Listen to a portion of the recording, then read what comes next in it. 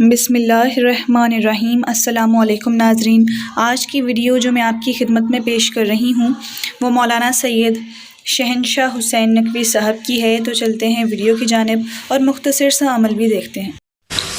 اللہ اپنے اس کلام میں صاحبان ایمان اور صاحبان کردار کو عظمت عطا کر رہا ہے۔ ان الذین آمنوا وعملوا الصالحات، بتحقیق جو ایمان لائے اور جنہوں نے کردار پیش کیا، جو مومن ہوئے اور جو با کردار ہوئے، سیجعل بہت جلد قرار دے گا ہم الرحمن ودا، ان کے لیے رحمان محبتوں کو،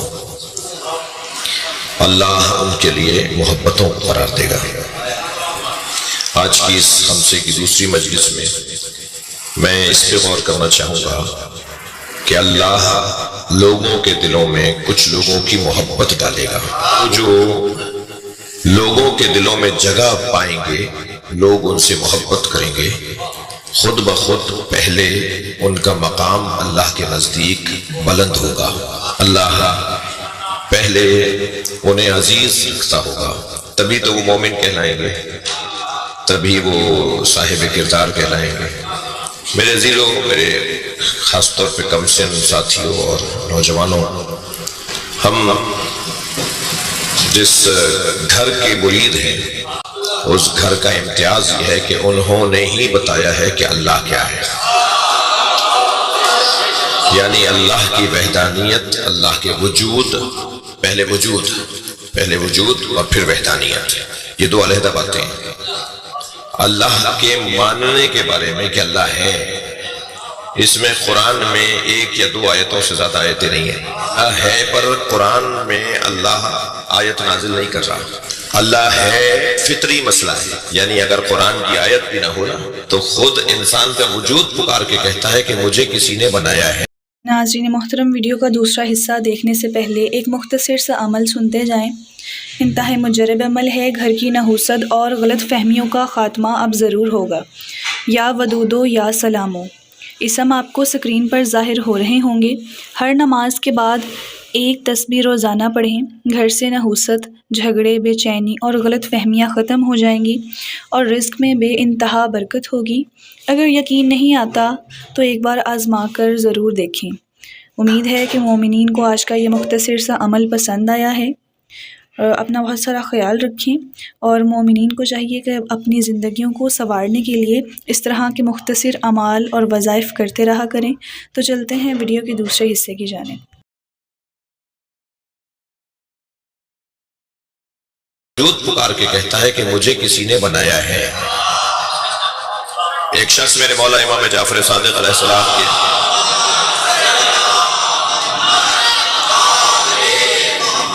آ کر کہتا ہے کہ مولا اے فرزند رسول بتائیے اللہ ہے؟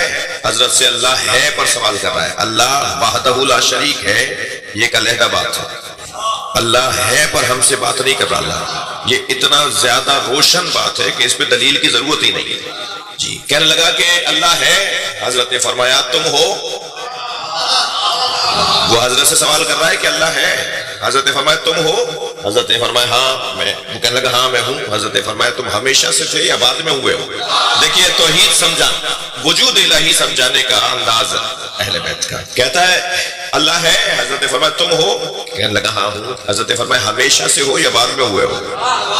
کہنے لگا بعد میں ہوا ہوں۔ حضرت نے فرمایا تمہیں جس نے وجود دیا وہ ہمیشہ سے تھا یا بعد میں ہوا؟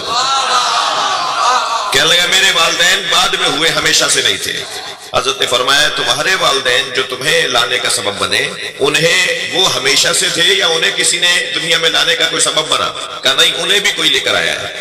حضرت نے فرمایا کہیں جا کے رکنا پڑے گا، جسے کوئی نہیں لایا وہ خود سے ہے۔ صلوات پڑھے گا محمد و آل محمد،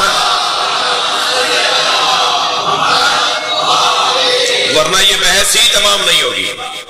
اس بحث کو مجھے خوشی ہو رہی ہے کہ میرے بھائی حضرت شاہ عبداللطیف بھٹائی رحمۃ اللہ علیہ کے ابیات اور قرآن کی آیتوں کو ان اشعار کے ساتھ جوڑ رہے ہیں۔ بہت عمدہ بحث ہے، بہت علمی بحث ہے، اور سندھ پر یہ خاص عنایت ہے اللہ کی، جیسے لطیف کہا جاتا ہے، ملک بلکہ میں کہوں کہ اللہ کی سندھ پر ایک لطیف عنایت ہے جسے شاہ لطیف کہا جاتا ہے. صلوات پڑھے محمد و آل محمد.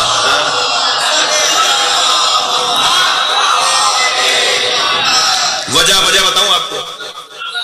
اگر میرا اپنا تجزیہ ہے، میں جو کچھ جتنا جانتا ہوں میرا اپنا تجزیہ ہے کہ اگر سندھ کی سرزمین پر شاہ لطیف نہ ہوتے، کچھ دیر کے لیے فرض کر لیجئے اگر شاہ لطیف اس سرزمین پر نہ ہوتے تو سندھ بھی وہابی ہوتا.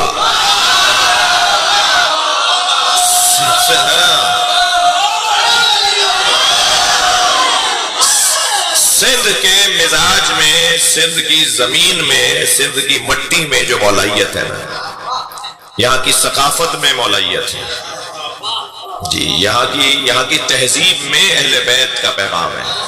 میں یہ بات بارہا کر چکا ہوں اور اپنے دل سے بات کر رہا ہوں.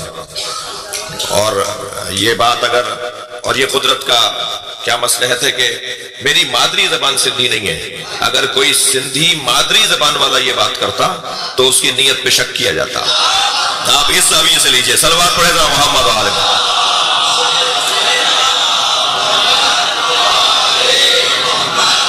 توجہ کر لی آپ نے؟ بہت بڑا احسان ہے اور اس موضوع پہ کام ہونا چاہیے جتنا حضرت شاہ عبداللطیف بٹائی رحمۃ اللہ علیہ پر کام ہوگا، کیونکہ قربان جائے حضرت لال شہباز قلندر پر. مگر قلندر فارسی زبان شاعر ہے. مجھے نہیں معلوم، سائیں بتائیں گے کہ کوئی سندھی میں ان کا کلام ہے؟ نہیں ہے، فارسی میں کلام ہے.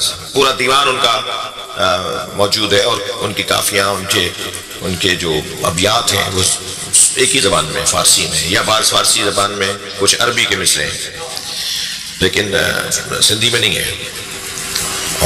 لیکن یہ تو بہت بڑا احسان ہے ہمارے اوپر.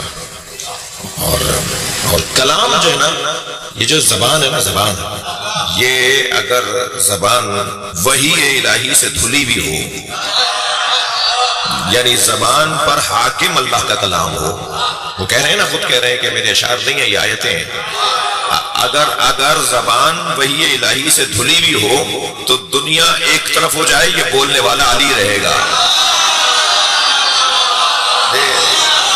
یا اکیلا علی رہے گا. وہ جو اللہ نے کہا نا آخری زمانے میں وَجَعَلْنَا لَهُمْ لِسَانَ صِدْقٍ عَلِيًّا، اور ہم نے ان کے لیے آخری زمانے میں علی زبان، سچی زبان، سچی علی زبان عطا کر دی. سچی بھی اور علی بھی. وہ بولتی ہے تو حق اور سچ بولتی ہے، اور جب بولتی ہے تو چڑھ کر بولتی ہے.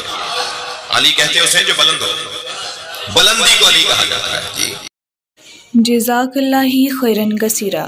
آج کی اس ویڈیو میں مولانا سید شہنشاہ حسین نقوی صاحب نے اپنے ایک مخصوص انداز میں بیان کیا ہے، اور ساتھ ہی ساتھ ایک مختصر سا عمل آپ کو بتایا گیا ہے کہ جو رزق میں برکت کے لیے انتہائی مجرب ہے اور گھر سے بندشیں اور بے برکتی ختم کرنے کے لیے انتہائی مفید ثابت ہوتا آ رہا ہے.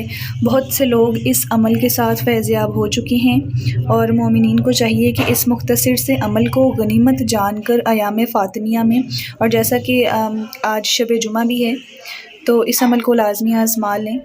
اور اگر چینل پر نئے ہیں تو چینل کو سبسکرائب کر لیں اور ساتھ بیل آئیکن کو لازمی پریس کر لیں تاکہ آنے والی ہر ویڈیو آپ تک بآسانی پہنچ سکے. اپنا بہت سارا خیال رکھیے گا. اللہ حافظ.